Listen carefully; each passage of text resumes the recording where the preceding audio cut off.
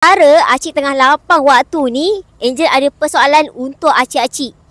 Dekat depan gudang bos Ijan ni, Angel dah displaykan dua jenis set sofa Aladdin. Okey?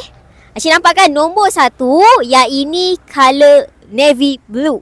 Yang kedua ini color Musang King.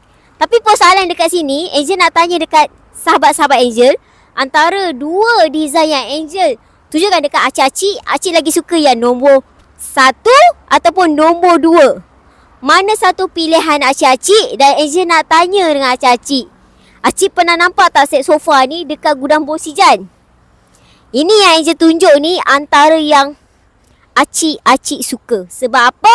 Dia bukan sekadar design dia, acik kena duduk, rasa, tengok dia punya material. Okey?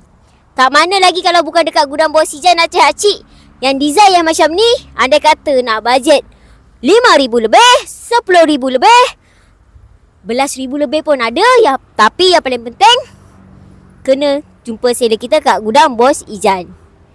Salah ya? Aku salah.